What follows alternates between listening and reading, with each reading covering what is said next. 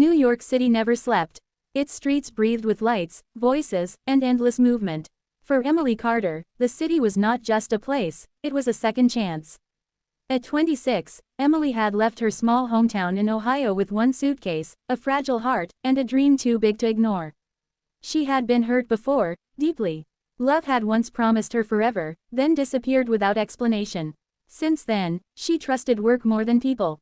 Emily worked as a junior editor at a small publishing house near Manhattan. Her days were filled with manuscripts, coffee cups, and quiet hopes. She lived alone in a tiny apartment with a window that looked over the busy street below. Every night, she watched the city lights and told herself she was happy. But loneliness has a soft voice. It speaks when the world becomes quiet. Chapter 2, The Man at the Bookstore.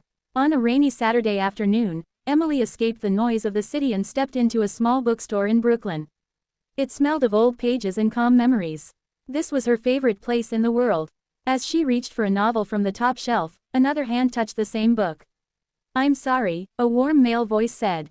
Emily looked up and met Daniel Walker. He had kind eyes, a gentle smile, and the calm confidence of someone who didn't rush through life. Daniel was 29, an architect who believed buildings should tell stories. They laughed awkwardly and decided to share a table in the corner of the store cafe. One conversation turned into 2 hours. Then 3. They talked about books, dreams, heartbreak, and New York's strange magic. For the first time in years, Emily felt something open inside her heart. Chapter 3. Slow days, soft feelings. Daniel and Emily didn't rush. They met for coffee, long walks through Central Park, and late-night talks under city lights. Daniel listened when Emily spoke. Truly listened. He never forced smiles or demanded answers. He let her be herself. Emily learned that Daniel had lost his mother at a young age and had learned early how fragile life could be. Love, for him, was not a game, it was a promise. One evening, as they sat by the Hudson River, Daniel said softly, "Some people come into our lives like storms. Others come like home." Emily looked at him, her heart racing. "I think you feel like home," she whispered. Chapter 4. Fear has a long memory. But fear does not disappear easily. When Daniel asked Emily to be his girlfriend, she hesitated. Her past still lived inside her. The man she once loved had left without goodbye, breaking her trust. "I'm scared," Emily admitted, tears in her eyes. "So am I," Daniel replied. "But I'd rather be scared with you than safe without you." They decided to try, slowly, honestly. Love grew quietly between them, like a sunrise that doesn't need permission. Chapter 5. When Life Tests Love. 6 months later, Daniel received an offer to work on a major architectural project in San Francisco. It was a dream opportunity, but it meant distance.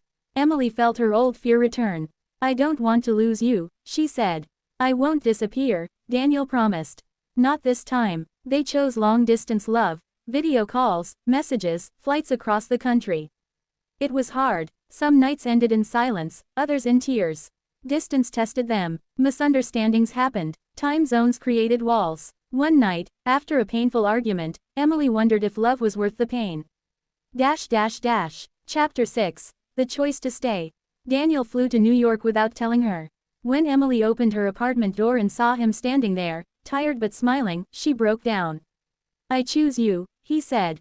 "Every city, every distance, every fear." Emily realized something important. Love was not the absence of pain, it was the courage to stay. She hugged him tightly, knowing this love was different. This love fought back. Chapter 7. Building a Life Together. A year later, Emily received a promotion. Daniel completed his project and returned to New York permanently. They moved into a small apartment together. It wasn't perfect, but it was theirs. On a quiet winter evening, Daniel took Emily back to the same bookstore where they first met. He knelt between the shelves and held out a ring. "This city gave me many dreams," he said, voice shaking. "But you are my greatest one." Emily said yes through tears and laughter. Chapter 8. Forever begins simply. They married in a small ceremony with close friends, city lights glowing behind them. No grand promises, just honest ones. Years later, Emily would watch the sunset from their window, Daniel beside her, and think about how love had found her when she stopped searching. In a city that never sleeps, she had finally found peace. Because love didn't save her. Love